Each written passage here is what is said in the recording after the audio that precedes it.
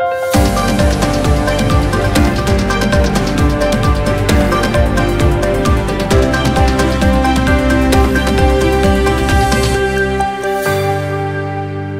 महोत्सव साजरा केला जातो खरं तर, पण हा 50 वर्ष आणीबाणीला झाल्यावर हा खरं तर विषाद आहे.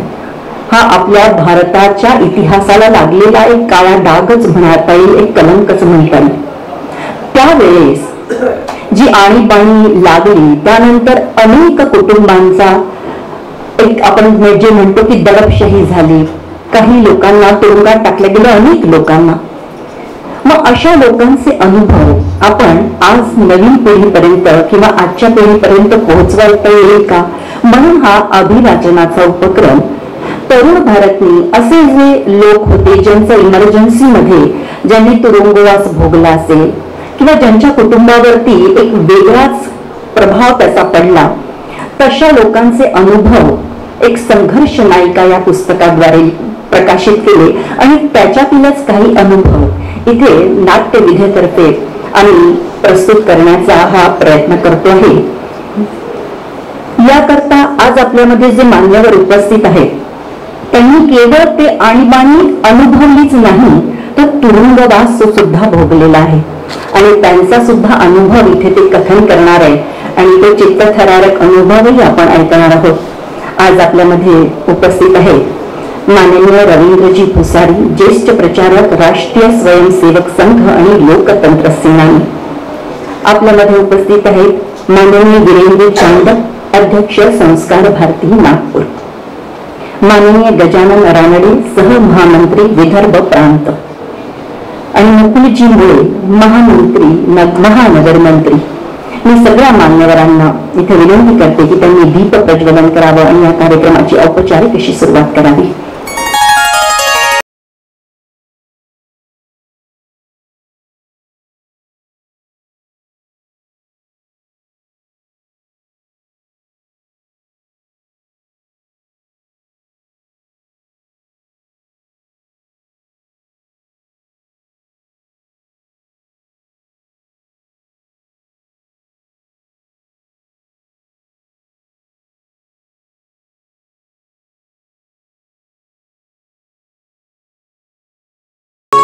भारती संस्कार भारती भारती नवजीवन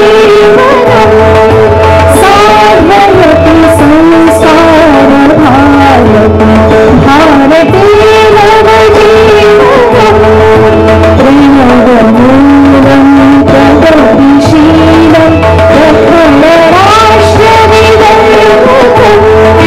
शिवं सत्यं सुन्दरं अभिनवं संस्करणोद्यमं साधयति संस्कारं भारती भारती नवजीवन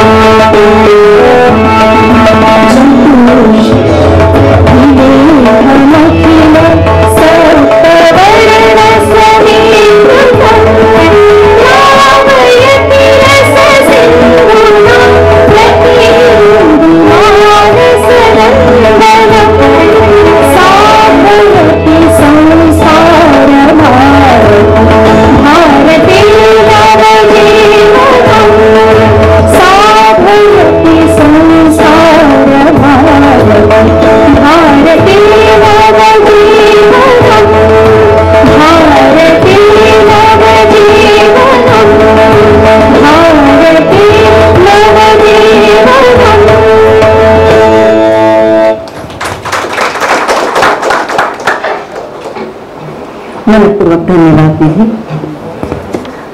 जसं मी आधीच सांगितलं की ज्यांनी ही आणीबाणी अनुभवली आहे आणि तुरुंगवास सुद्धा भोगलेला आहे असे आपल्यामध्ये उपस्थित आहेत माननीय रवींद्रजी भुसारी, ज्येष्ठ प्रचारक, राष्ट्रीय स्वयंसेवक संघ आणि लोकतंत्र सेनानी. मी संस्कार भारतीचे प्रांत उपाध्यक्ष अमल कुलकर्णी यांना विनंती करते की त्यांनी रवींद्रजींचं संस्कार भारतीतर्फे स्वागत करावं. आणि वीरेंद्रजी संस्कार भारती महानगरचे अध्यक्ष यांना विनंती करते.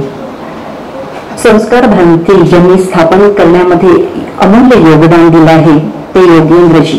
त्यांचं जीवनही अद्भुत आहे आणि अलौकिक आहे. त्यांच्या जीवनावरती कलाकुंज भारतीने एक पुस्तक प्रकाशन केलेलं आहे. ते पुस्तक आणि शाल देऊन आम्ही त्यांना इथं त्याचं स्वागत करतो आहे.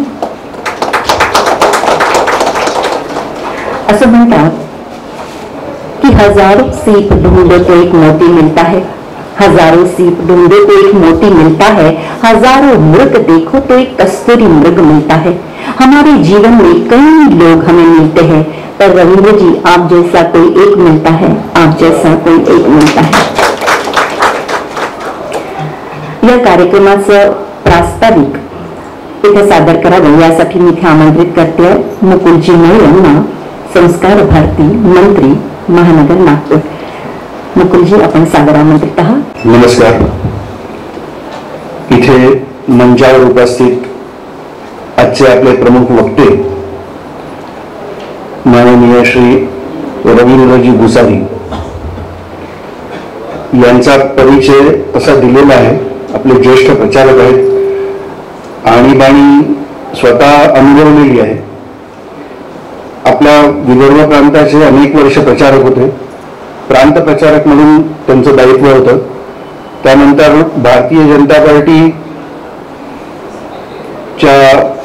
संघटन मंत्रीपदी, प्रांत संघटन मंत्रीपदी सुद्धा त्यांनी जबाबदारी स्वीकारून काम केलेलं आहे. इथे मंचावर उपस्थित आपले महानगराचे अध्यक्ष आणि आजच्या कार्यक्रमाचे अध्यक्ष श्री वीरेंद्रजी चांदक, आपले प्रांताचे सह महामंत्री श्री गजाननजी रानडे आणि आपण सर्व, आपण आमच्या आवाहनाला प्रतिसाद देत इथे उपस्थित झालात. आपल्या सगळ्यांना खूप खूप नमस्कार. या कार्यक्रमाची प्रस्तावना म्हणून माझ्याकडे जबाबदारी देण्यात आलेली आहे. खरं पाहिलं तर आपण सुवर्ण महोत्सव या आणीबाणीचा मनवतोय. उद्या त्याला 50 वर्ष पूर्ण होत आहेत. पण खऱ्या अर्थाने पाहिलं तर हा एक विषाद योग आहे. अतिशय वाईट असा तो कालखंड आपण अनुभवला. मग का म्हणून आपण त्याच्यावर असा कार्यक्रम घेतोय, जेव्हा की आपल्याला सांगण्यात आलं होतं की विसरा आणि क्षमा करा, पण तरी आपण याच्या स्मृती का जागत्या ठेवतोय, का ह्या कार्यक्रमाचं आयोजन करतोय, असे कार्यक्रम का आयोजित होत आहेत? त्याचं कारण हे राजकीय अजिबात नाही. अनादी काळापासून तुमच्या माझ्या लोकमानसात जी लोकशाहीची मूल्य होती, ज्या लोकशाहीच्या मूल्यांना नख लावायची 700-800 वर्ष मुघलांची सुद्धा हिंमत झाली नाही, 200 वर्ष इंग्रजांची हिंमत झाली नाही, त्या मूल्यांना चिरडून टाकण्याचा जो प्रयत्न एका सत्तेने मत्त झालेल्या राजकीय विचाराने केला, खरं तर अराजकीय विचाराने केला, त्याचा निषेध म्हणून आणि त्याची आठवण म्हणून आपण सातत्याने दरवर्षी या आणीबाणीचा जो आता उद्याची जी तारीख आहे 25 जून, याला 50 वर्ष होत आहेत. पण आपण गेली 50 वर्ष सुद्धा याची आठवण करतोय. या आणीबाणीला 50 वर्ष पूर्ण झाली, पण तरी तुम्ही, आम्ही आणि आमच्या आधीच्या पिढीने ज्यांनी याचा प्रत्यक्ष अनुभव घेतला, जे याचे खरे साक्षीदार आहेत, त्यांनी प्रचंड त्रास सहन केला. अनेक जण तुरुंगात होते, अनेक परिवारांचं खूप नुकसान झालं, नोकऱ्यांचं नुकसान झालं, अनेकांच्या नोकऱ्या त्या काही या आणीबाणीच्या काळात गेल्या. आणि हा सगळा प्रकार पुढे होऊ नये म्हणून समाजाला जागतं ठेवण्यासाठी म्हणून ह्या कार्यक्रमांचं आयोजन, की जेणेकरून आपण सतत डोळ्यात तेल घालून या लोकशाहीची रक्षा करावी आणि आपल्याला दिलेले एवढे उदात्त विचार असताना आणि आपल्याला गाभा हा लोकशाहीचा असताना सुद्धा जेव्हा कोणीतरी मूर्ख आपल्यावर आरोप करतात, संविधानाची हत्या करतात म्हणून आपल्यावर आरोप होतो, असहिष्णू म्हणून आपल्यावर आरोप होतो, तेव्हा प्रचंड राग येतो. आणि हा राग कायम ठेवण्यासाठी म्हणून ही सगळी योजना. मी याच्यावर जास्त बोलण्यापेक्षा आजचे आपले जे प्रमुख वक्ते आहेत त्यांनाच आपण ऐकू. आणि यानंतर जो कार्यक्रम आहे तो अभिवाचनाचा कार्यक्रम आहे. तरुण भारताने एक आणीबाणीच्या संघर्ष नायिका म्हणून अंक जाहीर केला होता. त्या अंकांमधले काही वेचे आपण घेतलेले आहेत, ज्याचं अभिवाचन इथे होणार आहे. मी या प्रस्तावनेला इथेच विराम देतो आणि आपल्या सगळ्यांना नमस्कार करतो. त्यांनी सुद्धा सांगितलं की आपण रवींद्रजींचं उद्बोधन ऐकायलाच आतुर असाल. त्यांचा अनुभव, त्यांचे कथन, त्यांचा काय एक्सपिरियन्स होता. आजकालच्या मुलांना अनुभवपेक्षा एक्सपिरियन्स हा शब्द कळतो. हा इमर्जन्सीचा त्यांचा अनुभव त्यांच्या शब्दात आपण ऐकूया. रवींद्रजी, आपण सादर आमंत्रित आहात. जय श्रीराम, जय श्रीराम, जय जय श्रीराम. हे छप्पर मजबूत आहे, मला माहिती आहे. तुमच्या आवाजाने की उडून जाणार नाही, चिंता करू नका. श्रीरामाचा जय जय तो जोरात केलाच पाहिजे ना. जय जय श्रीराम.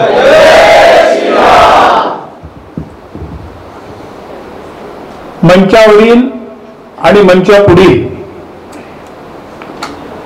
आणीबाणीचे चटके लागले आहेत असे सर्व. कोणाला प्रत्यक्ष चटका लागला, कोणाला तो दुरून बसला, पण सगळ्यांनी तो सहन केला असेच इथे आलेले आहेत. त्यांचं दायित्व वेगळं आहे. कोणी आज अध्यक्ष असेल, कोणी महामंत्री असेल, कोणी प्रदेशाचा सहमंत्री असेल, कोणी उपाध्यक्ष असतील, पण आपल्यापैकी सगळ्यांनाच आणीबाणीचा चटका लागलाच आहे. जेव्हा मला इथे येण्याकरता म्हणून आमचे मित्र मला फोन आला की असा असा कार्यक्रम आहे, तुम्हाला यायचं आहे. मी म्हटलं अरे संस्कार भारतीचा कार्यक्रम, एकापेक्षा एक कलाकार तिथे आहे आणि तुम्ही जो मुख्य कार्यक्रम करणार आहे तो होऊ द्या, मला कशाला, मी येईन, उपस्थित राहील. पण त्यांचा आग्रह पडला की नाही, तुम्ही काहीतरी बोला. मग आशुतोषजींना काय वाटलं माहित नाही, काल पुन्हा फोन आला की नाही थोडं जास्त बोला. अभिवाचन आहे, त्याच्या आधी काही प्रस्तावना करावी, काही थोडी माहिती सांगावी, निवेदन करावं, एवढंच हेतू मलाही होता. पण जो आशुतोषजी काल पुन्हा आले आणि म्हणले, काल त्यांनी फोन केला, म्हटलं नाही थोडं जास्त बोललं पाहिजे. नवीन पिढीला माहिती कमी आहे, बरोबर आहे, कारणच नाही ते. पण इथे जे बसले आहेत ते सगळे जुन्या पिढीतीलच आहेत. त्याच्यावर त्यांना मी काही सांगावं असं कारण नाही, पण मी निवेदन करणार आहे, भाषण नाही करणार. कारण संस्कार भारतीच्या कार्यक्रमात भाषण करायचं म्हणजे काही गंमत आहे का हो? एवढे सगळे कलाकार सगळे बसलेले इथे, जे जगाच्या व्यासपीठावर जे आपली कला सादर करतात, आपलं वक्तव्य देतात, त्यांच्यापुढे मी काही बोलावं, पण निवेदन करणार आहे मी. इथे मी पाहत आहे तर अनेक लोक जे जेलमध्ये होते, जे आणीबाणी त्यांनी काम केलं असे आहेतच. आणि आमची 50 वर्षाची मैत्री असेल शामराव, श्यामजी देशपांडे आणि आमची पहिली मैत्री झाली जेलमध्येच. आणीबाणीमध्ये आम्ही दोघंही DIR मध्ये होतो. ते हनुमाननगरचे, मी गांधीनगरचा, संघाचे स्वयंसेवक दोघंही. पण तशी आधी मैत्री नव्हती, पण आम्ही जेलमध्ये सोबत होतो आणि तेव्हापासून आमची श्यामजीची मैत्री झाली, ती आज तागायत आहे. आणि मी इथे सभागृहात प्रवेश केला आणि समोर श्यामजी दिसले. मी म्हटलं चला आणीबाणीचं काहीतरी आपल्याजवळ आहे. मी उगाच सांगणार नाही, त्याचे प्रूफ ते आहे. मी भाग्यवान म्हणतो कारण ह्या कामाकरता आमच्या परिवाराचं 3 पिढ्या, माझे आजोबा, माझे काका आणि मी एका वेळी आम्ही जेलमध्ये होतो. अशा अनेक असतील संघ स्वयंसेवकामध्ये 3 पिढ्यांचे स्वयंसेवक जेलमध्ये असलेले अशा पुष्कळ पिढ्या असतील. पण मी मानतो की आमचं ते भाग्य आहे. माझे आजोबा वर्ष 84 होते.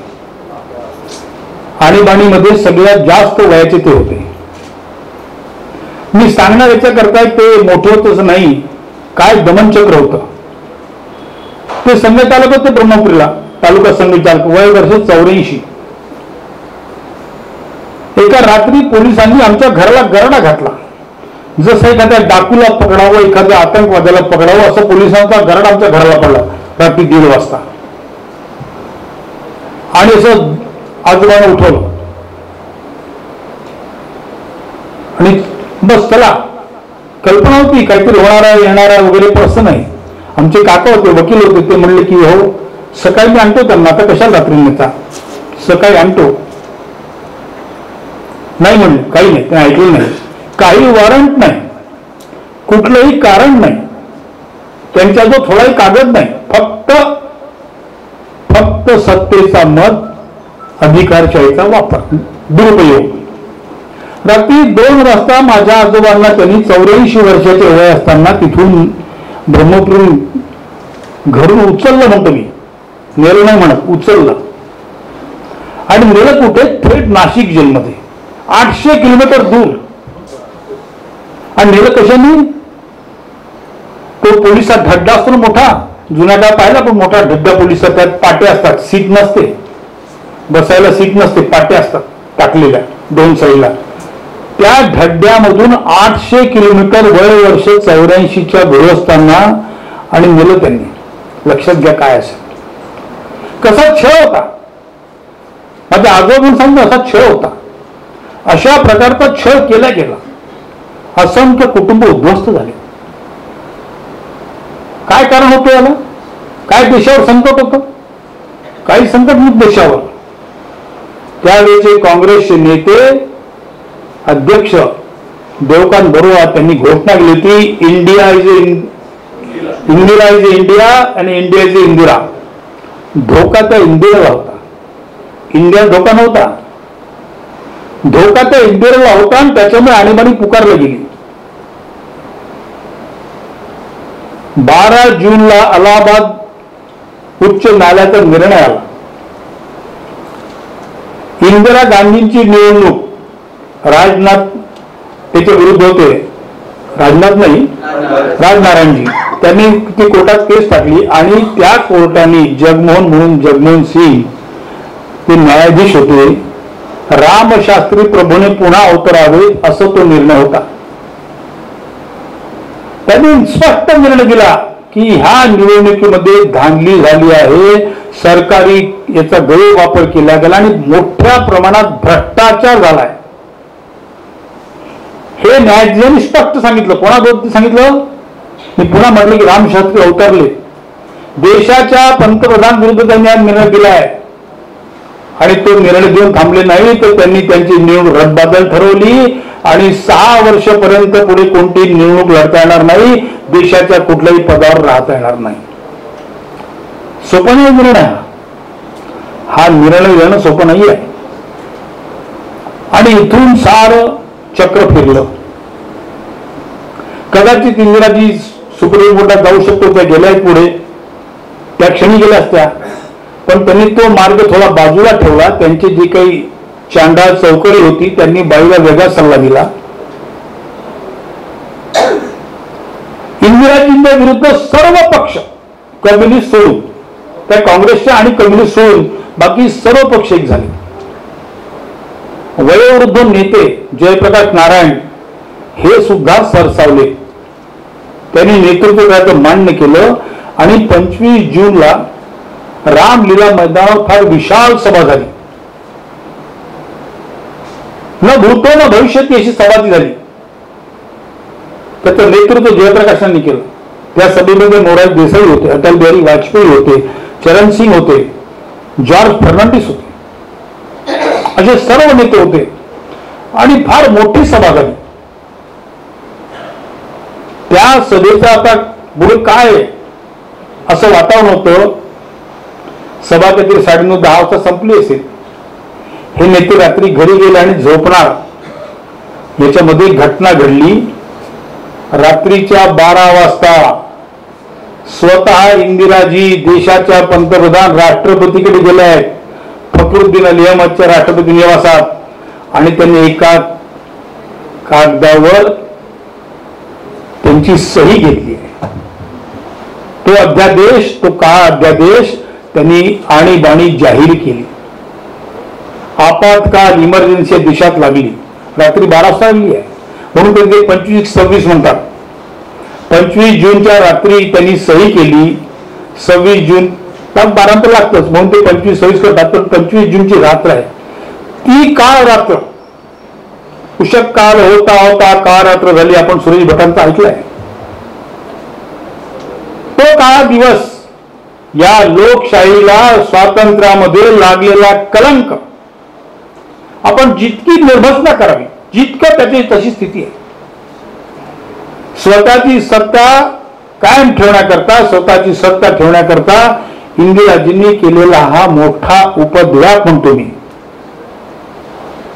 हे कृतीवर नाही म्हणत. हा उपद्व्याप केला गेला. तुम्हाला आश्चर्य वाटेल. आश्चर्य काय पोलीस तत्पर असतात, ह्याच्यात दुसरं उदाहरण नाही. रात्री 12 वाजता आणीबाणी लागली. मंत्रिमंडळाची बैठक नाही झाली. सकाळी मंत्रिमंडळाची बैठक बोलवली गेली. या मंत्रिमंडळाच्या बैठकीपूर्वी रात्री 12 नंतर सकाळी 8 वाजेपर्यंत 1 लाखापेक्षा जास्त लोकांना अटक केली. काय तत्पर काय हो, काय विलक्षण आमचं पोलीस. हे कशा करता? याचा अर्थ त्यांची आधीपासून तयारी होती. निमित्त काही झालं. एका 6 तासाच्या आत 1 लाख लोकांना जेलच्या आत पाठवणं काही सामान्य गोष्ट आहे का? केवढी तत्परता लागेल त्याला, केवढी व्यवस्था लागेल त्याला. जयप्रकाशजींना रात्री ते 12:30 वाजता झोपायला गेले खोलीमध्ये. चर्चा सुरू होती. कार्यक्रम कसा झाला, ती बैठक सभा कशी पार पडली, चर्चा सुरू होती. आणि ते झोपण्याकरता गेले. काय झोप लागली असेल नसेलच, पोलीस गेले खोलीमध्ये, त्यांना उचललं. जयप्रकाशजीचं वय केलं होतं आणि त्यांना उचलून सरळ जेलमध्ये डांबलं. सांगितलंच नाही कशा करता, काय काय नाही आहे असं. सगळ्या नेत्यांना त्या रात्री गजाड केल्या गेलं. काही समजण्याच्या आत, वर्तमानपत्रामध्ये बातम्या येण्याच्या आत, नुसत्या लोकशाहीला कलंक एवढत नाही तर वर्तमानपत्रावर सेन्सॉरशिप लावली.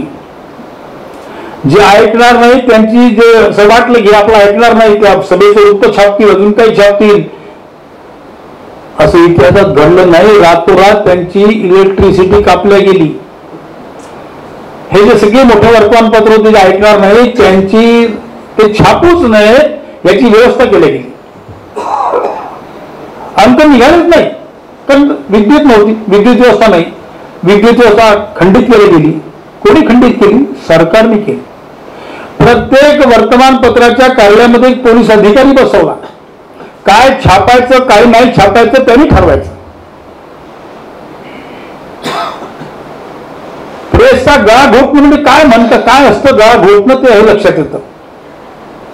दुसऱ्या दिवशी अनेक वर्तमानपत्र निघालीच नाहीत आणि जी निघाली ती कोरी निघाली.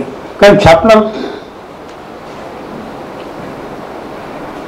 राजकीय नेत्यांना जेलमध्ये टाकलं, वर्तमानपत्राचा गळा घोटला. काय सोडलं? काहीच नाही सोडलं. आपल्या कायद्यानुसार, आपल्या संविधानानुसार कोणालाही अटक करायची असेल, कोणाला अगदी डाकूला सुद्धा,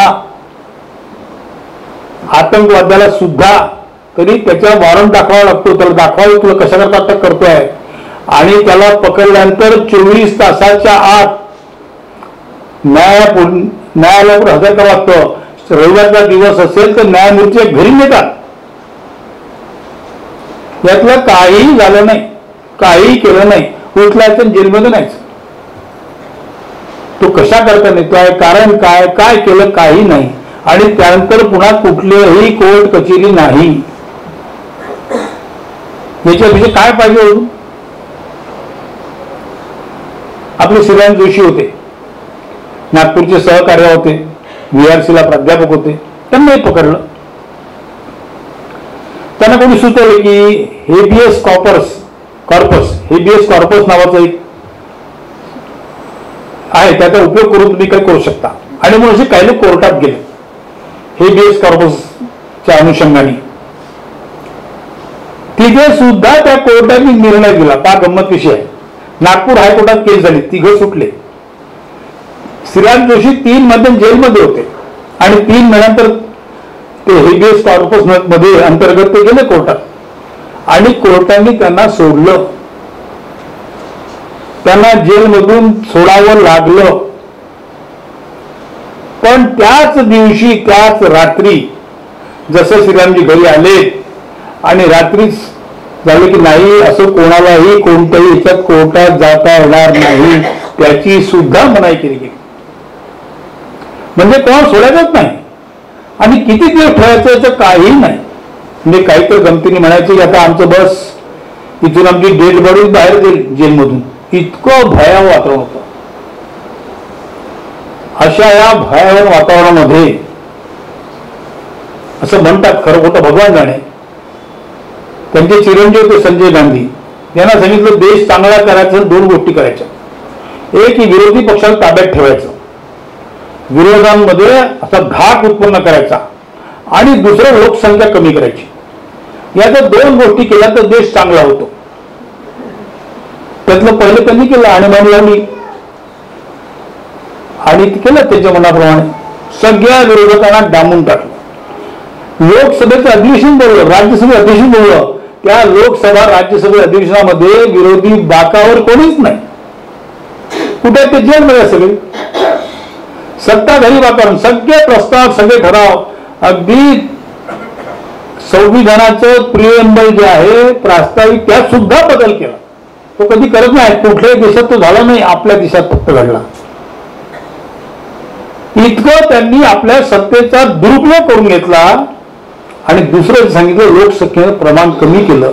लोकसंख्या कमी असली देश चांगला होतो, हे संजय गांधींना त्यांच्या कोणतरी सल्लागारांनी सांगितलं. काय करावं त्यांनी?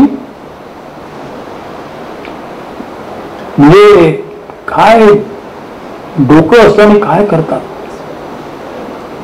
त्यांनी नसबंदीची मोहीम चालू केली. नसबंदी केल्याने लोकसभेचा लोकसंख्येवर ताबा मिळवता येतो, लोकसंख्या नियंत्रण करता येतो. 8 वर्षाच्या मुलापासून तर 80 वर्षाच्या म्हाताऱ्यापर्यंत लोकांची नसबंदी केली. याच्यापेक्षा वाईट काय करू शकत नाही. का बरं? उत्तर प्रदेश लग्न लवकर होत नाही. उत्तर प्रदेशमध्ये बालविवाह होतात आणि म्हणून 8 वर्षाच्या पोराची नसबंदी झाली आहे. लक्षात घ्या. का आणीबाणी काय आहे या गोष्टी माहित नाही आपल्याला. 8 वर्षाच्या पोराची नसबंदी केली आहे. याच्यापेक्षा वाईट काय राहू शकतं? 80 वर्षाच्या म्हाताऱ्याचे वरवंटा कसा वरवंटा आहे. एक एक प्रसंग सांगून आपण तुम्हाला खरोखर मगाशी सांगितलं की अंगावर काटा उभा राहील अशा आणीबाणीचे प्रसंग आहे. किती सांगावे.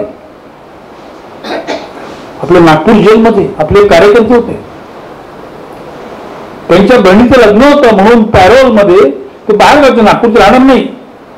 पण भावाला पॅरोल मिळालं तर लग्न करता, आणि म्हणून पॅरोल करता अर्ज करला नाही तर त्यांनी लग्नच नागपुरात ठेवलं की आपल्या मुलाला लग्नाला येता येईल, बहिणीच्या लग्नाकरता येता येईल म्हणून सगळे प्रयत्न केले. त्यांना पॅरोल नाही मिळाला. त्या ज्यांच्या लग्न सुद्धा लग्न कुठे ठेवलं, जेलच्या बाजूलाच लक्ष्मी मंगल कार्यालय होतं जिथे गोरक्षणा तिथे होता आधी. तर जेलतून निघाले की लगेच त्याला बघ 5 तासाचा जरी पॅरोल मिळाला, तासाभरात जरी पॅरोल मिळाला तरी जाऊन येईल, लग्न बहिणीला लागेल, अक्षता टाकेल, वापस येईल. म्हणून त्या लक्ष्मी मंगल कार्यालयात लग्न ठेवलं होतं. शेवट पण पॅरोल मिळालं नाही.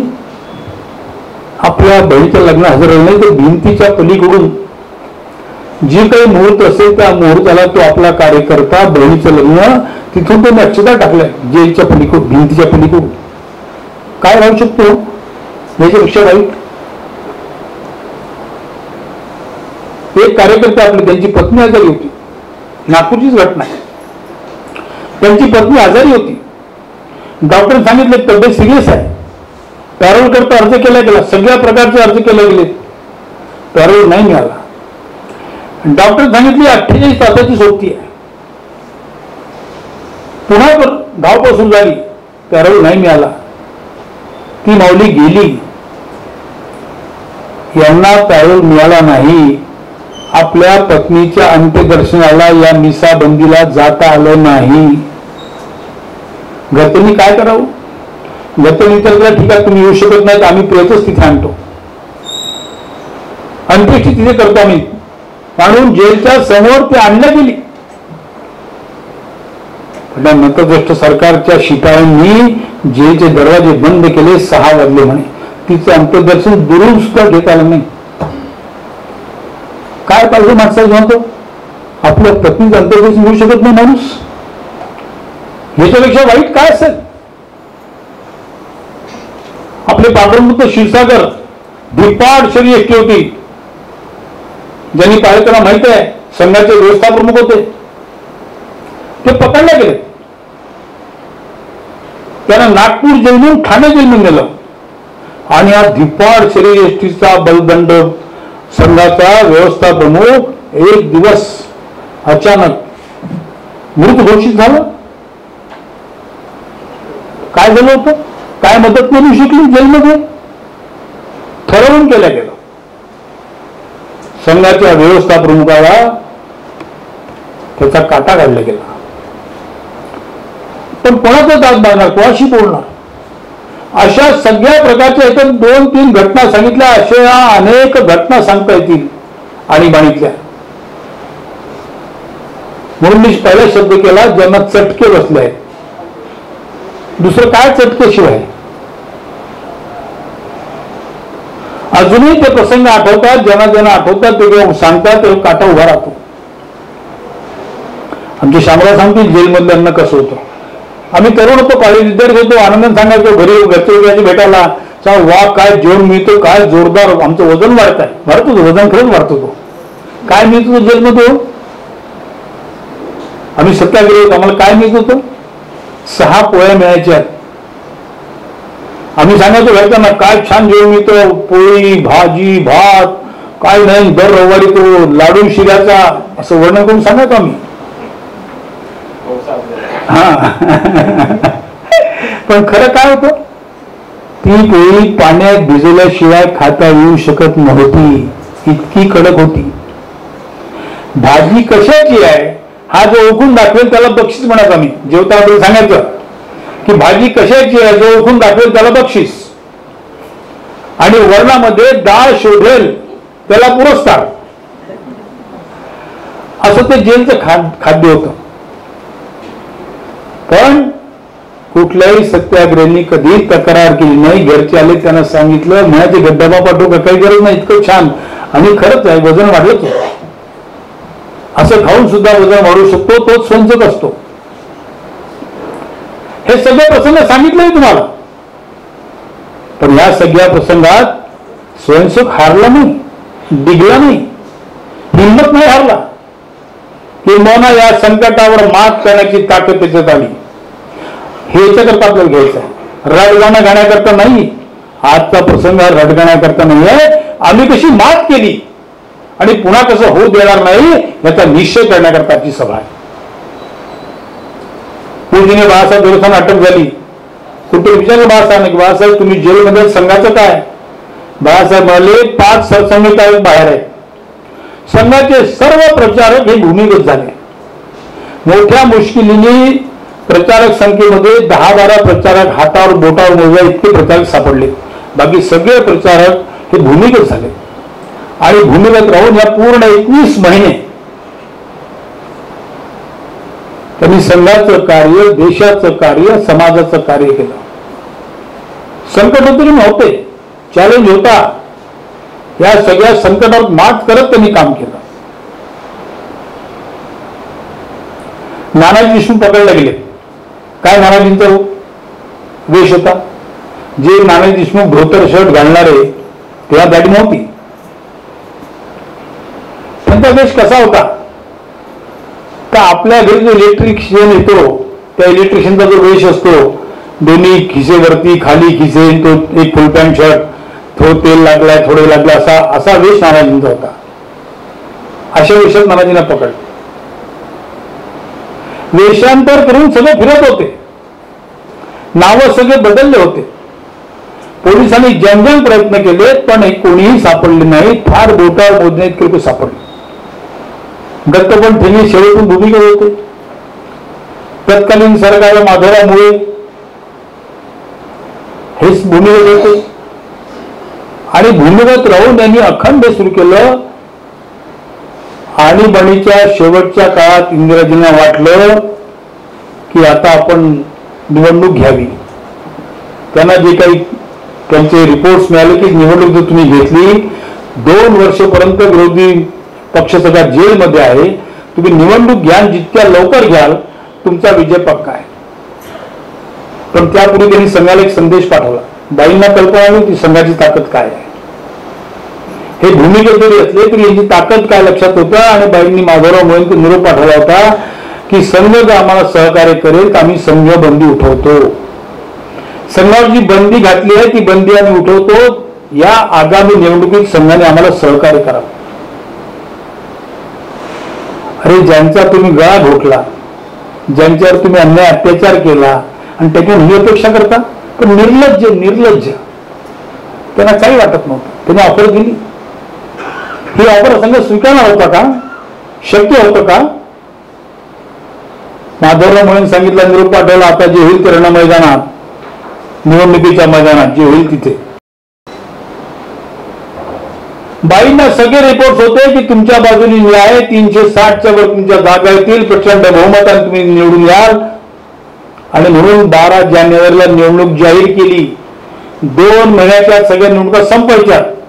17 मार्च सगळे निकाल लागायचे आणि 18-20 मार्चला मग बसायचं गादीवर पुन्हा.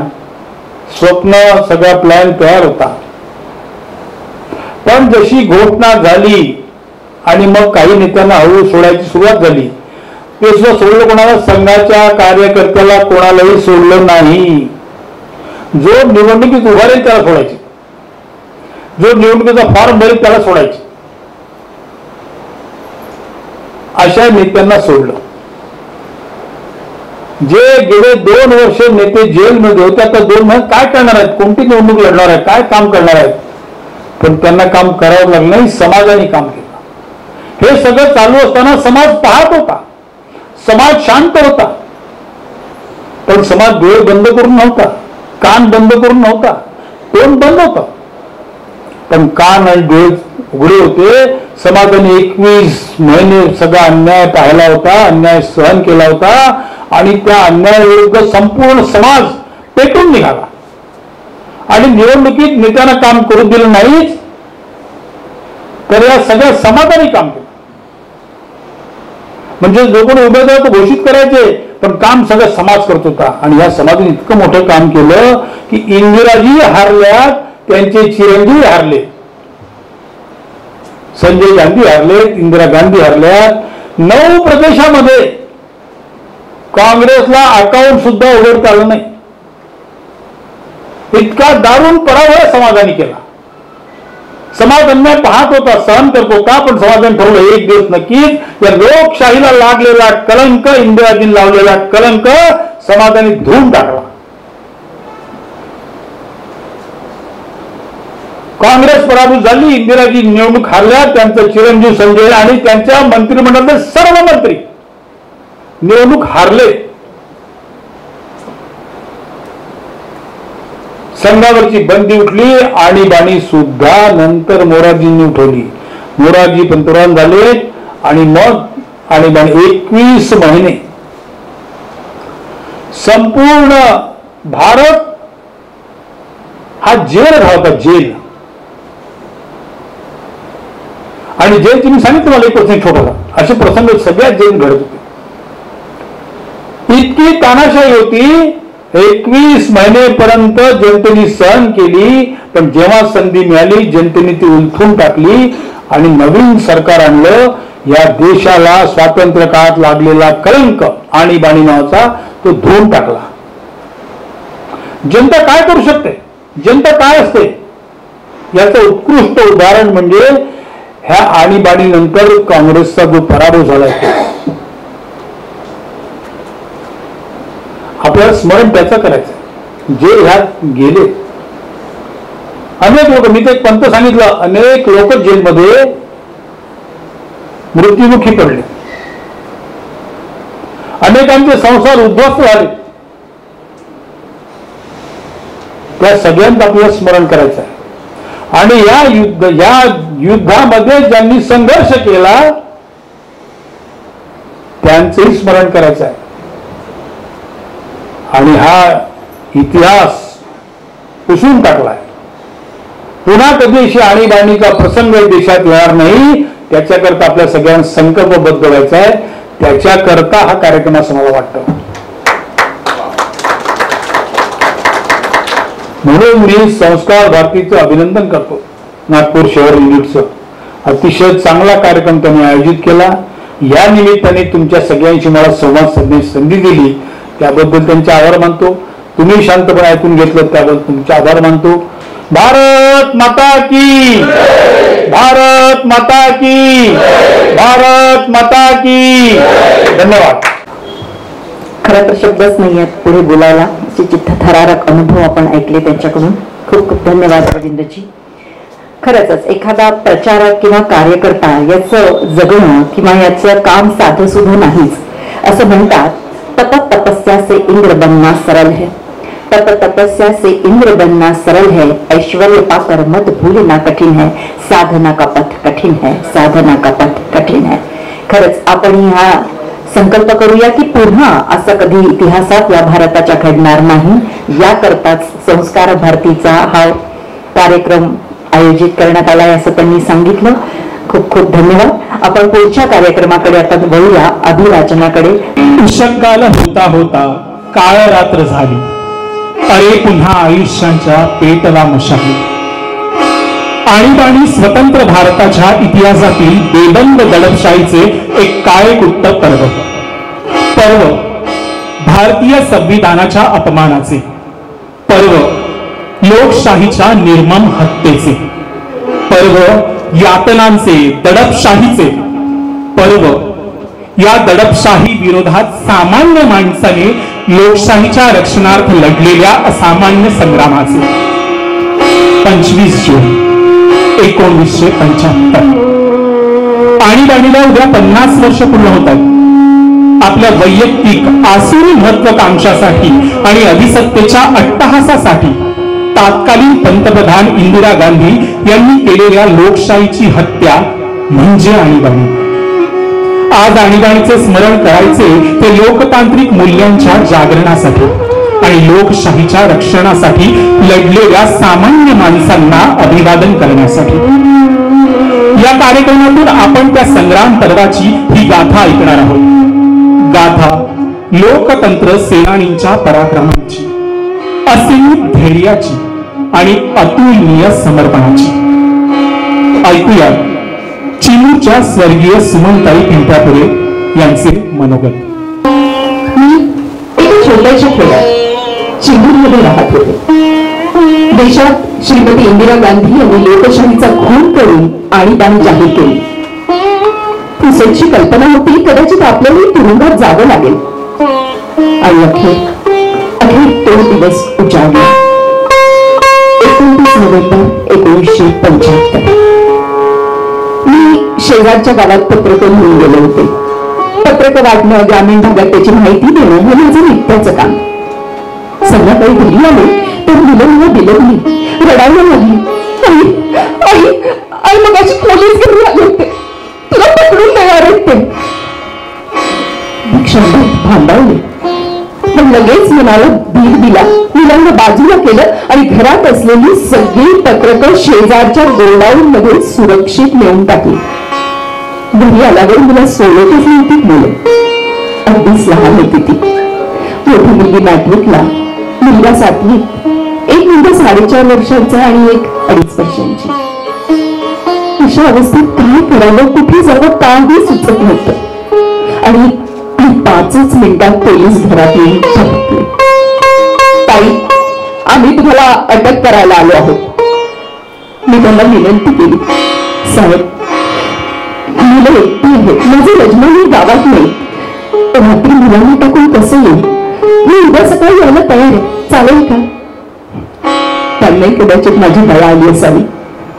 त्यांनी माझं म्हणणं मान्य केलं.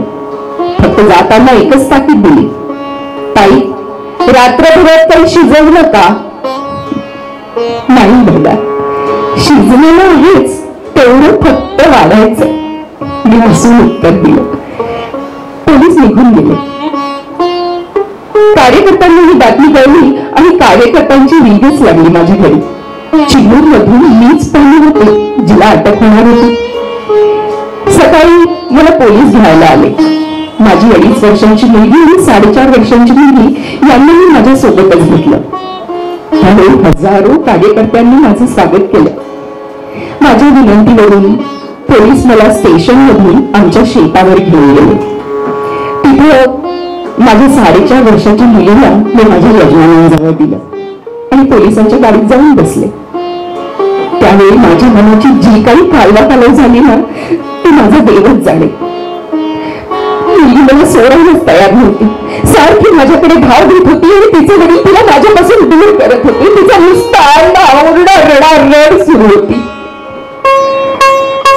मनावर दगड ठेवले आणि निघाले. मला चंद्रपूर तुरुंगात आणण्यात आलं. मी त्यांना सांगितलं, मी कस्टडीत राहणार नाही. मी सरळ एका ओट्यावर जाऊन बसले, तर अवतीभोवती 4 लेडीज पोलीस येऊन उभ्या राहिल्या. मला अशोकवनातल्या सीतेचीच आठवण झाली. संध्याकाळच्या जेवणाची वेळ झाली. 4 आण्यात जेवण मिळेल असं सांगितलं. मी स्पष्ट नकार दिला. मी म्हटलं, मी 4 आणे देऊन जेवणार नाही. माझ्याजवळ जे काही होतं तेवढ्यातच मी आणि माझी मुलगी दोघींनी पोट भरलं. नंतर आम्हाला वर्धेला दिलं. तिथून रात्रीच्या ट्रेननं नाशिकला मला पागलांच्या तुरुंगात ठेवलं. आश्चर्यच वाटलं मला. पण तिथे माननीय शोभाताई फडणवीस भेटल्या. खूप आनंद झाला. आम्ही दोघींनी एकमेकींना कडकडून मिठी मारली. 3 दिवस नाशिकला राहिलो, पण 3ही दिवस बंदिस्त होतो. तिथून येरवड्याला आणलं. येरवडा तुरुंगात आत शिरल्यावर जेलरनी म्हटलं, तुमच्या गळ्यातली सोन्याची मंगळसूत्र काढून द्या, जप्त करायची आहे. आम्ही स्पष्ट नकार दिला. खूप भांडण झालं, वादावादी झाली, पण आम्ही ठाम होतो. गळ्यातल्या मंगळसूत्राला हात सुद्धा लावू दिला नाही. बरॅकमध्ये गेलो तोपर्यंत रात्र झाली होती. तिथं सगळ्याच मिसाबंदीच होत्या. त्यांना बघून तर माझ्या डोळ्याला डोळाच लागला. मला वाटलं, मी तर फारच सामान्य गरीब खेळतली बाई, इथं तर सगळ्या फार उच्चभ्रू सुशिक्षित, कसा काय आपला अनुभव लागणार. पण सकाळ झाली आणि सगळ्या शंका कुशंका दूर झाल्या. सगळ्या भगिनींनी मला अगदी मोकळ्या मनाने आपल्यात सामावून घेतलं. अरे, या तर आपल्याच सारख्या कार्यकर्त्या. मनाची खात्री पटली. 7 महिने मी येरवड्याला होते. पण त्या 7 महिन्यात कोणाची भेट नाही, की कुणाचं पत्र नाही, की कुणाची साधी बातमी सुद्धा नाही. कारण सगळं सेन्सॉर होत होतं. एक दिवस मात्र भाग्याचा उजाडला. पुरुषांच्या तुरुंगातून कोणी भेटायला आलं असं कळलं.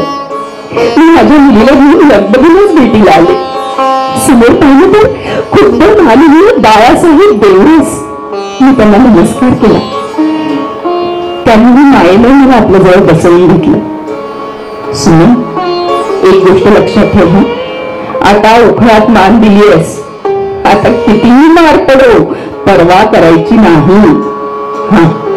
फक्त तुझ्या या लहानगीला जप. मला खूप धीर आला. मग तरी ती भयंकर वार्ता सांगितली. सुन, तुझ्या यजमानांनी अटक झालीये. ते नाशिक तुरुंगात आहेत. माझ्या हृदयाचा बांध फुटला, ओक्सा मोक्षी रडू लागले मी. मुलांचा चेहरा डोळ्यासमोर आला. काय करत असतील ते, कसं जगत असतील, कोण त्यांची काळजी घेत असेल. अश्रू थांबलेच ना. भेटीची वेळ संपली आणि मनाला सावरून मी निघाले. नंतरचे काही दिवस फार अस्वस्थ होते.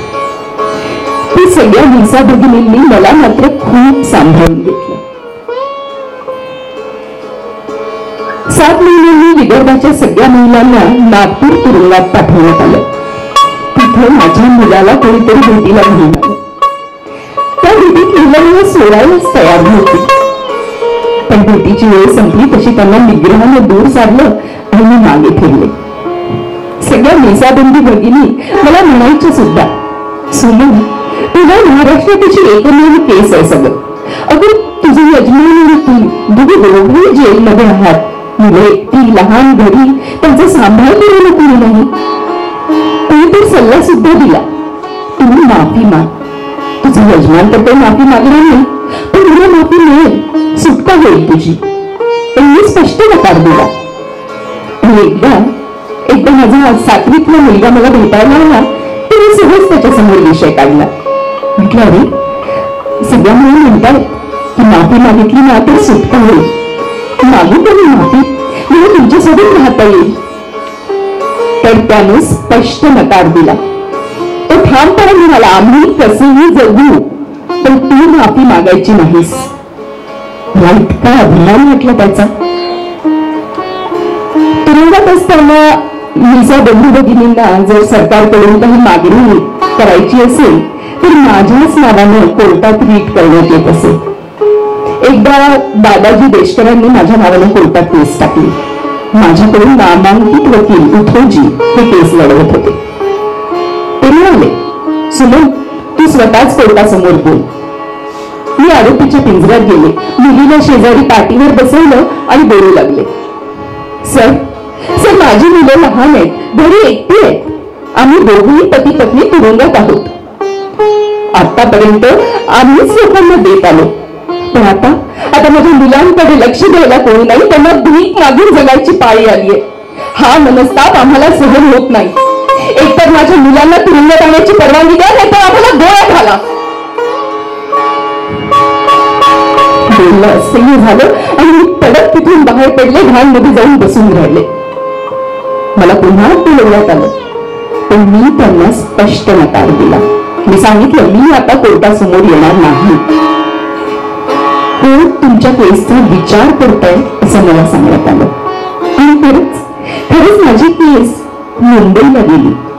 त्यानंतर अचानक 27 जानेवारी 1977 बातमी येऊन धडकली की तुमची सुटका झाली आहे. मला तर खरंच वाटत नव्हतं, विश्वास बसत नव्हता. एवढा आनंद झाला, सहनच होईना. तुरुंगाच्या बाहेर आम्हाला भेटण्यासाठी ही यात्रा लागली होती. त्या गर्दीतही माझे डोळे मात्र माझ्या मुलांना शोधत होते. ते कुठेच दिसेनात. डोळे पानावर मेलं, खिल्ली झालं. पण मी स्वतःला समजवलं, लहान आहेत, त्यांना कोण घेऊन येणार इथे. आदेशाप्रमाणे मग आम्हाला चंद्रपूरला घेऊन आले. तिथे भव्य स्वागत झालं आमचं. माझ्या मुलीच्या हस्ते गांधीजींच्या पुतळ्याला माल्यार्पण करण्यात आलं. त्यावेळी विवेक वृत्तपत्रानं बातमी दिली होती, मुली मिसाबंदी, कुमारी प्रांजली पिंपळापुरी. त्यावेळी देशात सरकार विरोधात असंतोष उफाळला होता. जयप्रकाश नारायण यांच्या नेतृत्वात विद्यार्थ्यांचे नवनिर्माण आंदोलन सुरू होते. अशातच दिल्ली उच्च न्यायालयाने पंतप्रधान इंदिरा गांधींची निवडणूकच रद्द करणारा धाडसी निर्णय दिला.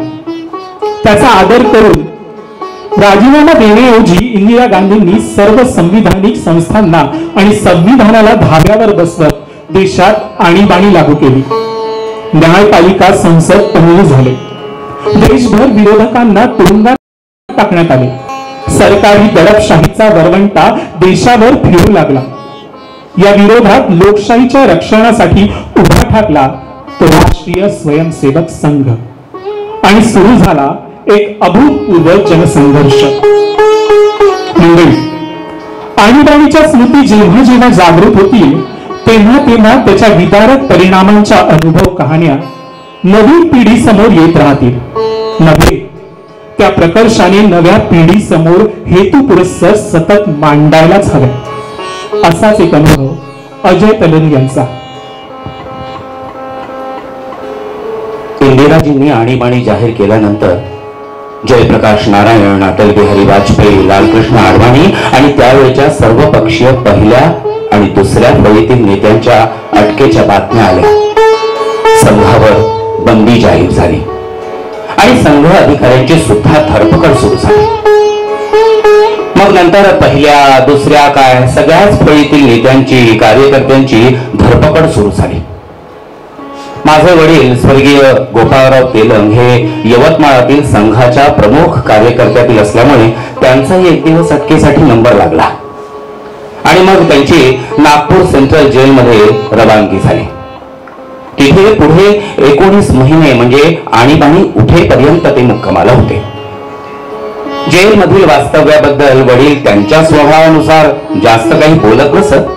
हा, पण त्यांच्या बोलण्यात मागो वैद्यांचं नाव सतत यायचं. बाबाराव भिडे पुण्याच्या तर मागो वैद्य नागपूरच्या जेलमध्ये गीतेचा अभ्यास घेत आणि जेलमधून बाहेर गेल्यावर आणखी खूप काम करायचं आहे असं वैद्य म्हणत एवढंच काय त्यांच्या तोंडून ऐकल्याचं आठवतं.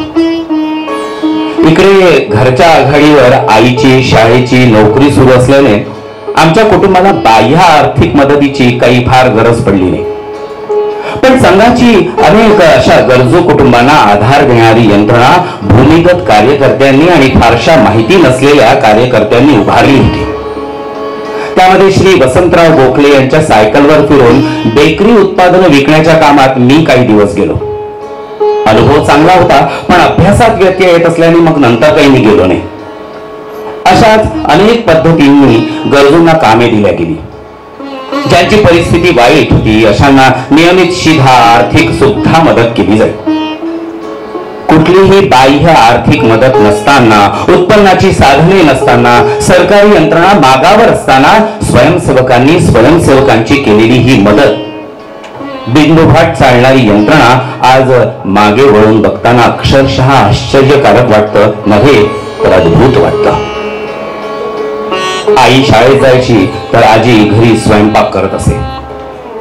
सकाळचा स्वयंपाक आजी तर संध्याकाळचा आई करायची. घरी 3 मुलं आणि 1 मुलगी अशी आम्ही 4 भावंड होतो.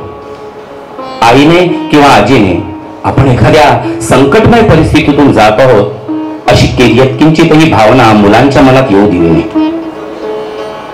आईला मी कधीही अश्रू ढाळताना बघितलं नाही. आमची आजी मात्र वारकरी पंथाची माळ धारण करणारी, नित्यपाठ पूजा करणारी, आरती, सोहळ्यातला स्वयंपाक, एकभुक्त आणि संध्याकाळचा पूर्ण वेळ हरिपाठ अभंग यात गुंतलेली असायची. फक्त संध्याकाळी नको पाठवू राम माझा वनासी या ओळी म्हणताना मात्र तिचा कंठ अवरुद्ध होत असे. आम्ही तिला मोठी आई म्हणत असू. एकदा स्वयंपाक करताना मोठ्या आईनं म्हणजे आजीनं कुकर गॅसवर ठेवला होता. त्यात बहुधा पाणी कमी झालं असावं. तो कुकर खूप गरम होऊन त्याची एखादीच शिट्टी झाली असावी. पण मग अजून शिट्ट्या का होत नाहीत हे बघायला आजीनं कुकरचं हँडल थोडं ढिलं केलं तर एकदम स्फोट झाल्यासारखा आवाज येऊन ते झाकण आणि आतलं सगळं अन्न खोलीभर सांडलं. आजी चांगलीच भाजली. तिने सगळं आवरलं, साफ केलं. पण एकूणच घरातली सगळी परिस्थिती बघता डॉक्टरांचं नाव सुद्धा काढलं नाही. कामवाल्या बाईला सांगून आवळ्याच्या झाडाचा ताजा पाला ती रोज वांगवायची. रोज तो पाला वाटून तो लेप जखमांना लावित असे. अशा रीतीनं तिनं महिन्याभरात स्वतःला अगदी खडबडीत बरं केलं. माझं तेव्हा इंजिनिअरिंगचं शिक्षण अमरावतीला सुरू होतं.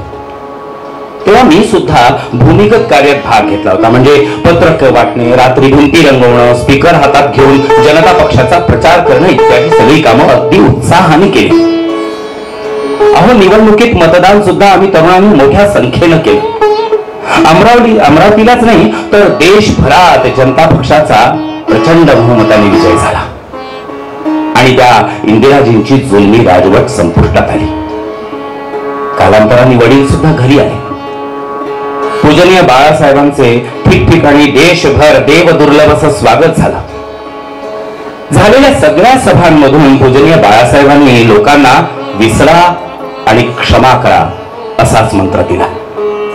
त्याप्रमाणे संघ स्वयंसेवकांच्या मनात आता आठवणी तर आहे, पण कटुता नाही. सामान्य जनतेचा आवाज म्हणजे माध्यमे. आणीबाणीत हा आवाजच दडपण्यात आला. वृत्तपत्र, मासिके, नियतकालिके यांच्यावर कठोर निर्बंध लादण्यात आले. वर्तमानपत्राला शब्दनी शब्द तपासला जायचा. सरकार विरोधात कठोर टीका सोडाच साधी उपरोधी टिप्पणी करणे अपराध ठरत.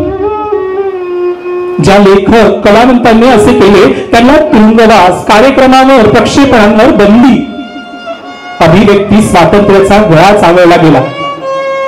आज अभिव्यक्तीच्या नावाने आपण गळे काढणारे त्यावेळी चिडचिड होतो बरं का. आज आपण सोशल मीडियातून साक्षात पंतप्रधानांची थट्टा मस्करी करू शकतो, पण त्यावेळी होते का असे वातावरण? जाणून घेऊया श्रद्धाताई महाशब्दे यांच्या मनोगतातून. 14 फेब्रुवारी 1975 मध्ये माझा विवाह अमर महाशब्दे यांच्याशी झाला आणि मी जयश्री कुलकर्णींची श्रद्धा अमर महाशब्दे झाली. माझे सासरे स्वर्गीय बापू महाशब्दे यांचा जनसंपर्क अगदी दांडगा, त्यामुळे घरी येणारेही बरेच असत. घरी आलेली व्यक्ती निदान चहा घेतल्याशिवाय जाऊ नये हा शिरस्ता. त्यामुळे घरात 1 कप चहाचे आंघण 10 कपांपर्यंत कधी जाऊन पोहोचायचे काही कळायचंच नाही. मी कधीच चहा घेतला नाही आणि घेतेही नाही.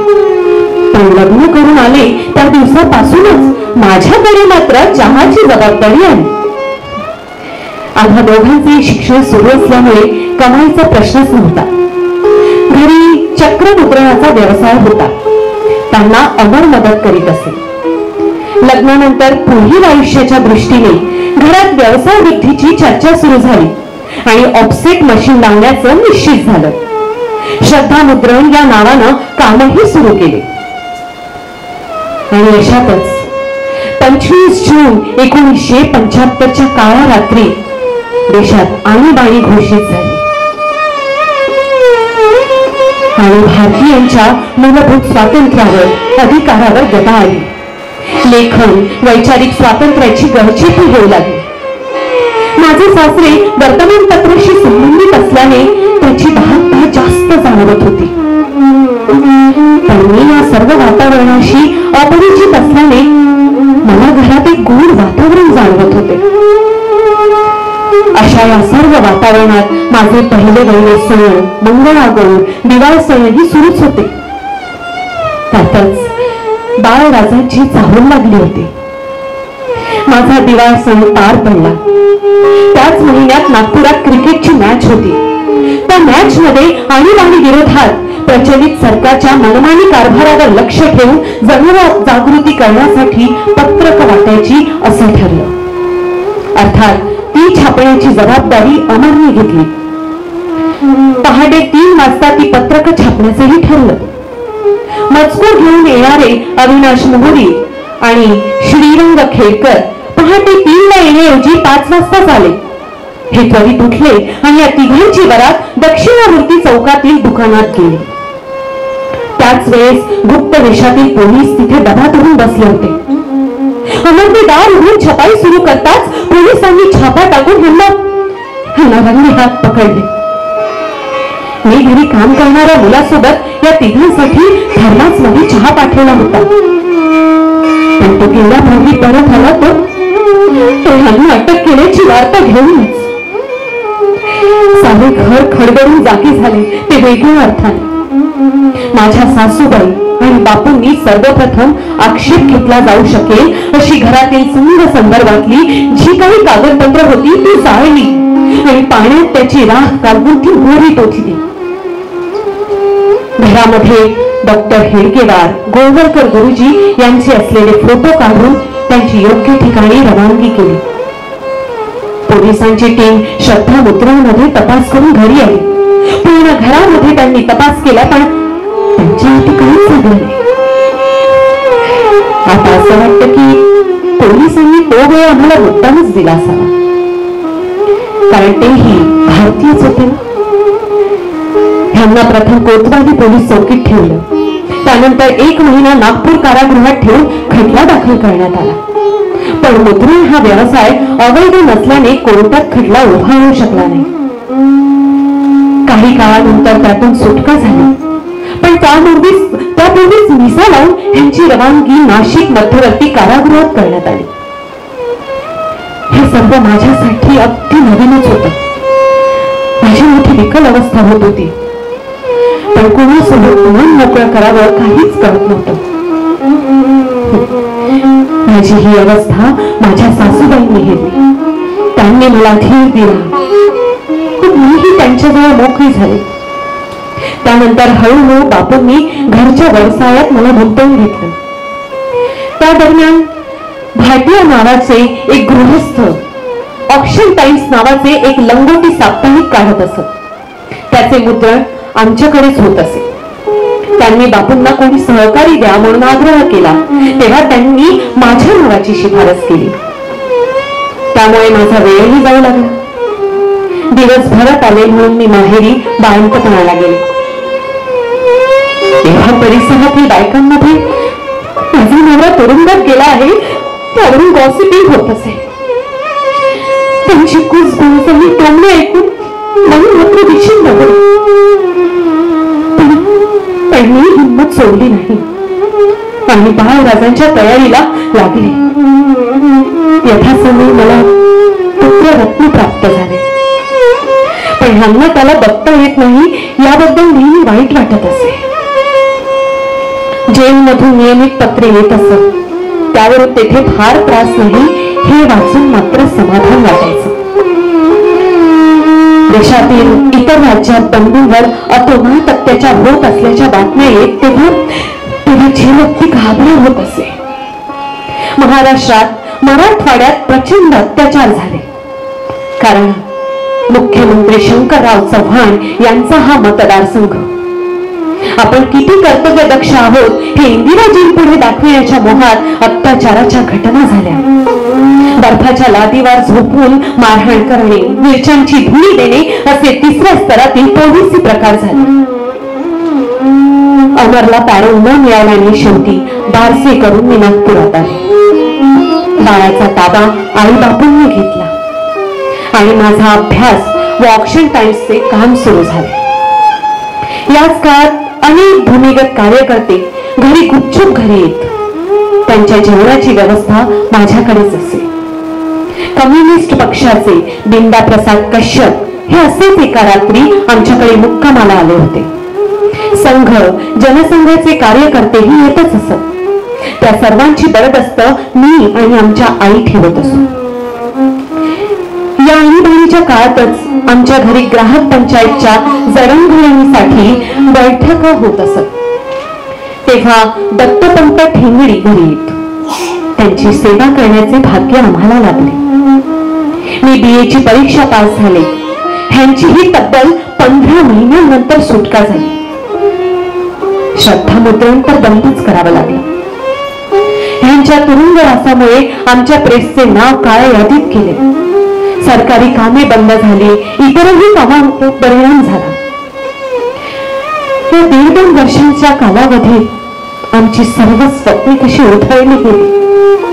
पुढे काय हा प्रश्न आवासून आमच्या पुढे उभा होता, पण पाठीशी बापूंचा भक्कम आधार होता म्हणून परत मोठ्या हिमतीनं आम्ही आपल्या पायावर उभे राहण्याचा प्रयत्न करू लागलो.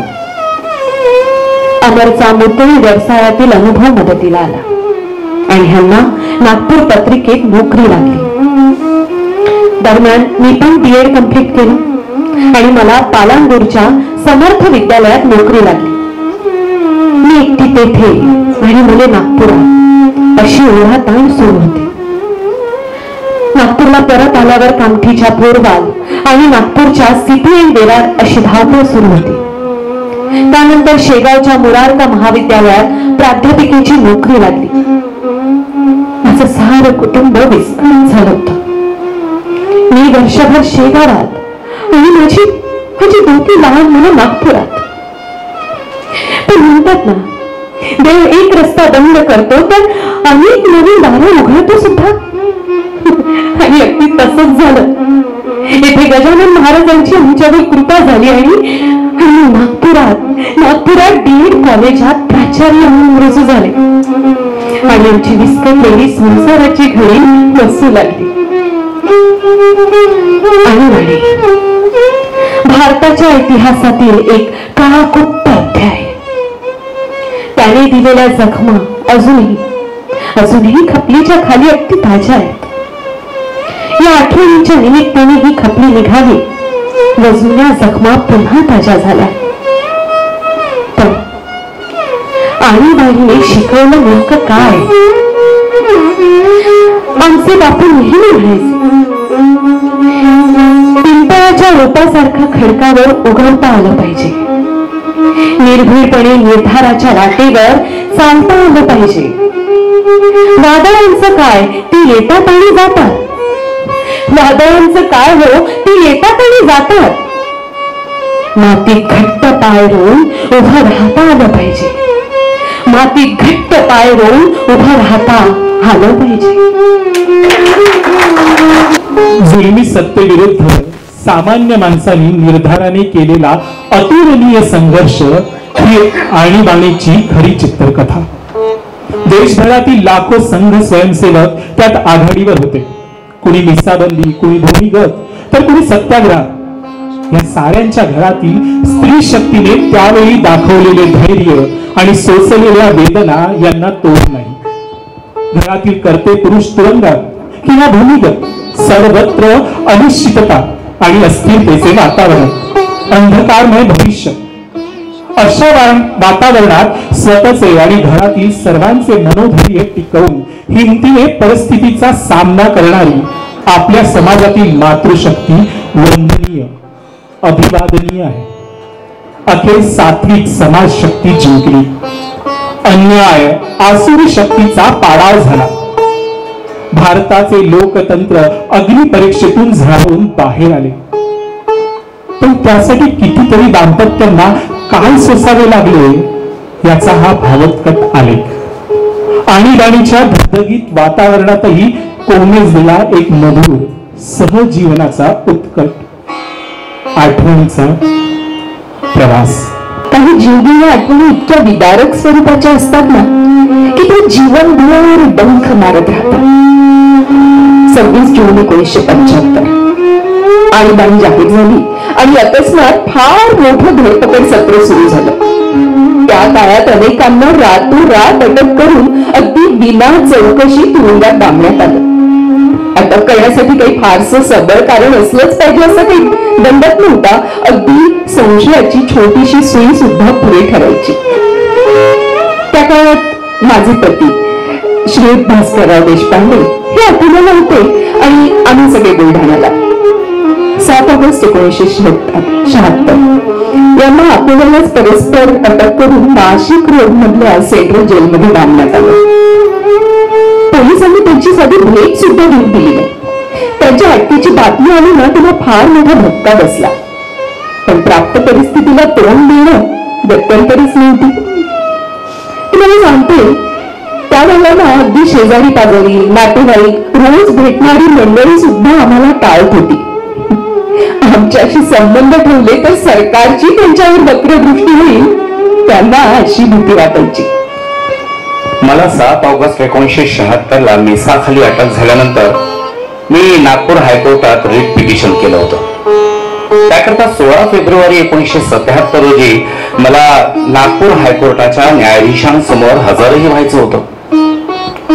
मग मला त्यासाठी नाशिक रोड येथील तुरुंगातून नागपूर सेंट्रल जेलमध्ये जावं लागणार होतं.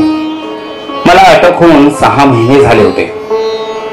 दरम्यानच्या काळामध्ये पत्नी, मुलं, मुली यापैकी कोणालाही मला भेटता आलं नव्हतं. त्यांचा कोणताही समाचार मला कळला नव्हता. ती सगळी मंडळी कोणत्या परिस्थितीत असतील, कोणत्या अडचणींना त्यांना तोंड द्यावं लागलं असेल या सगळ्यांविषयी मी पूर्णपणे अंधारात होतो, अनभिज्ञ होतो. त्यामुळे माझ्या मनात एक विचार आला. नाशिक ते नागपूर या प्रवासात जर बुलढाण्याहून उषा मलकापूरला आली तर पोलिसांच्या मेहरबानीनं नागपूर पर्यंत जवळजवळ 6 तास माझ्या बरोबर माझ्या डब्यात बसून ती प्रवास करू शकेल. तेवढा वेळ तिच्याशी मला बोलता येईल, ख्याली खुशाली विचारता येईल, घरच्या कामांसंबंधी सूचना देता येईल. आणि म्हणून मी नाशिक रोड जेलमधून अगदी मोठ्या मुश्किलीनं घरी उषाला फोन लावला आणि म्हणालो, उषा, तू मलकापूरला 14 फेब्रुवारीला सेवाग्राम एक्सप्रेसनं येण्याचा प्रयत्न कर. आपल्याला सोबत बरोबर प्रवास करता येईल.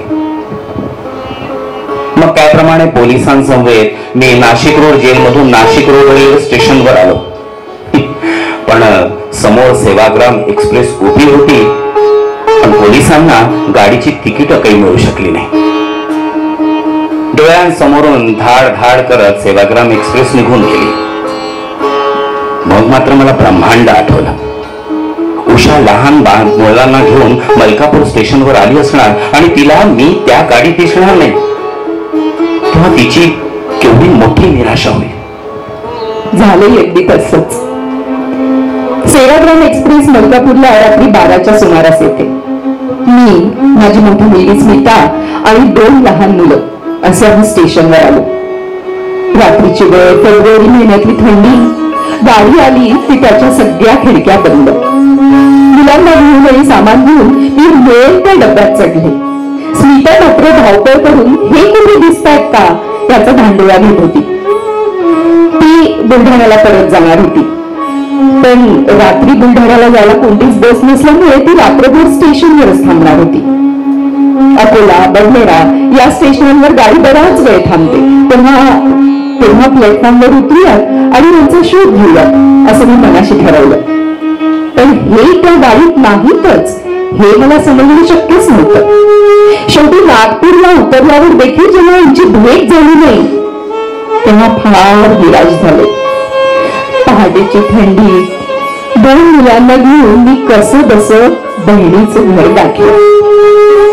सेवाग्राम एक्सप्रेस चुकल्यानंतर त्या गाडीनंतर आलेल्या हावडा एक्सप्रेस मध्ये पोलिसांसकट माझी वरात चढली. गाडी मलकापूर स्टेशन मध्ये शिरत असतानाच मी खिडकी उघडून आशेनं अगदी प्लॅटफॉर्मवर कोणी ओळखीचं दिसतायत का ते अगदी शोधक दृष्टीनं बघू लागलं. तेवढ्यात मला स्मिता दिसली. तिचंही माझ्याकडे लक्ष गेलं. ती धावतच माझ्या डब्याजवळ आली. तिने सांगितलं, उषा सेवाग्रामनं नागपूरला निघून गेली. मग पोलिसांसमवेत तिनं मला चहा पाणी दिलं. तेवढ्या 5 मिनिटांच्या घाईत थोडंफार बोलणं होऊ शकलं. तिला मी हावडा एक्सप्रेसनं नागपूरला निघाल्याचं अकोल्याला असलेल्या माझ्या भावाला ताबडतोब फोन करून कळवायला सांगितलं. त्याप्रमाणे अकोला स्टेशनवर भाऊ आला. त्यानं स्टेशनवर आमच्या जेवणाची व्यवस्था केली. थोडा वेळ कौटुंबिक ख्याली खुशालीच्या गप्पा गोष्टी झाल्या आणि नंतर मग आमची ती हावडा एक्सप्रेस नागपूरच्या दिशेनं धाड धाड करत निघाली. त्यानंतर भावाने उषाला नागपूरला फोन करून कळवलं की दादा हावडा एक्सप्रेसनं नागपूरला येत आहेत, बरं तू ताबडतोब वर्ध्याला जा. वर्धा ते नागपूर असा सुमारे 1.5 तासांचा प्रवास तरी तुला दादांबरोबर करता येईल. यांच्या भावाचा फोन आला आणि माझं मनच हरवलं. त्याच्यासोबत निदान 1.5 तास तरी घालवता येईल, सुखदुःखाचं बोलता येईल, त्यांना धीर देता येईल. मला फार आनंद झाला. खरं म्हणजे रात्रभराचा प्रवास, जागरण, तब्येतही बरी वाटत नव्हती. खूप शिनले होते. जेमतेम दोन्हीकडे टेकते न टेकते तोच हा फोन आला. तशीच मनाला उभारी देत उठली. मुलांना घेतलं आणि नागपूर वर्धा बसमध्ये जाऊन बसले. मध्ये मध्ये थांबत उशीर करत हळूहळू बस वर्धा स्थानकावर पोहोचली. वर्धा स्टेशन आणि बस स्थानक अगदी जवळजवळ. मी मुलांना घेऊन जवळजवळ धावतच वर्धा स्टेशनकडे निघाले. स्टेशनवर जाते ते हावडा एक्सप्रेस समोर प्लॅटफॉर्मवर उभी असलेली दिसली. आता पुलावरून जाऊन तिथपर्यंत पोहोचायचं म्हटलं तर गाडी निघून जाईल असं मला वाटलं. म्हणून मग मी रुळांवरून उतरून प्लॅटफॉर्म गाठण्याचा प्रयत्न केला. तेवढ्यात मी ज्या रुळावर होते ना त्याच रुळावर एक मालगाडी धाड धाड करत येताना दिसली. प्लॅटफॉर्मवरच्या लोकांना वाटलं मी मुलांना घेऊन गाडीसमोर जीवच देते की काय. लोक आरडाओरडा करू लागले, ओ बाई बाई वर या, जीव देताय की काय, मुलं आहेत तुमच्यासोबत. मुलंही घाबरली, आई गाडी होते. मी सावध झाले आणि नाईलाजानं मागे फिरले. पुलावरून जाऊन हावडा एक्सप्रेस उभी होती, त्या प्लॅटफॉर्मवर उतरत होते आणि माझ्या डोळ्यासमोरून हावडा एक्सप्रेस नागपूरच्या दिशेनं धाड धाड करत निघून गेली. असं वाटलं आत्ताच्या आत्ता गाडी खाली झोकून द्यावा आणि जीवच द्यावा. पतीला साथ द्यायची, त्यांची हिंमत वाढवायची जबाबदारी माझीच होती ना. मग ठरवलं, वर्धेला भेट नाही झाली तर काय, आज मी यांना नागपूरला जाऊन गाठणार. काहीही झालं तरी आज यांची भेट घेणारच. मनाचा निर्धार केला आणि वर्धा बस स्थानकावर येऊन पुन्हा नागपूरच्या बसमध्ये चढले. नागपूर स्टेशनवर उतरल्यावर पोलीस मला नागपूर सेंट्रल जेलकडे नेऊ लागले. त्यावेळी मात्र मग माझ्या मनात पुन्हा एक कल्पना आली. सेंट्रल जेल जवळच माझ्या नातेवाईकांचे म्हणजे श्री सखदेवांचं घर होतं आणि उषा नेहमी त्यांच्याचकडे उतरायची. सखदेवांकडे काहीही करून जर जाता आलं तर तिथे उषाची आपली भेट निश्चितच होईल. मग मी पोलिसांना विनंती केली. त्यांना म्हणालो, मला आणखी थोडा वेळ द्या, माझी पत्नी जवळच उतरली आहे, मला तिथे घेऊन चला, तिची भेट घेऊ द्या आणि नंतर लगेचच आपण तुरुंगात जाऊया. पोलिसही काही दगडी निष्ठुर मनाचे नसतात, त्यांच्यातली माणुसकी जागी झाली. मग आम्ही सगळेजण सखदेवांकडे गेलो. उषा माझ्या शोधात वर्ध्याला गेल्याचं कळलं. आमचा असा सारखा पाठ शिवणीचा खेळ सुरू होता. मग काय, सखदेवांकडे आम्ही सगळ्यांनी मिळून जेवण उरकली. मग पोलीस घाई करू लागले, ओ देशपांडे साहेब, आम्ही सरकारी माणसं आहोत, आपण आमचा अधिक अंत पाहू नका. शेवटी काय, निराश मनस्थितीत माझी वरात पोलिसांसमवेत नागपूर सेंट्रल जेलच्या दिशेला निघाली. आशा फार वेळी, ही आशा मनात ठेवूनच मी जेल चौकात बसमधून उतरले तर समोर बस स्टॉपवर मोठी ढोल उभीच होती. ती हळहळत म्हणाली, उशे अगं जरा उशीर झाला बघ, थोडक्यात चुकामुक झाली, 2च मिनिटं झाली असतील, पोलीस दादांना घेऊन आत्ताच जेलमध्ये गेले आहेत. मी हे ऐकलं आणि तशाही परिस्थितीत जेलच्या फाटकाकडे धावतच निघाले. त्यावेळी यांची पाठमोरी आकृती तुरुंगाच्या दारात पाऊल टाकताना मला दिसली. एवढ्या धावपळीनंतर, चुकामुकीनंतर निदान आजच्या दिवस त्यांना पाहता तर आलं. माझ्यासाठी तेही खूप होतं, कारण त्या दिवशी आमच्या लग्नाचा वाढदिवस होता.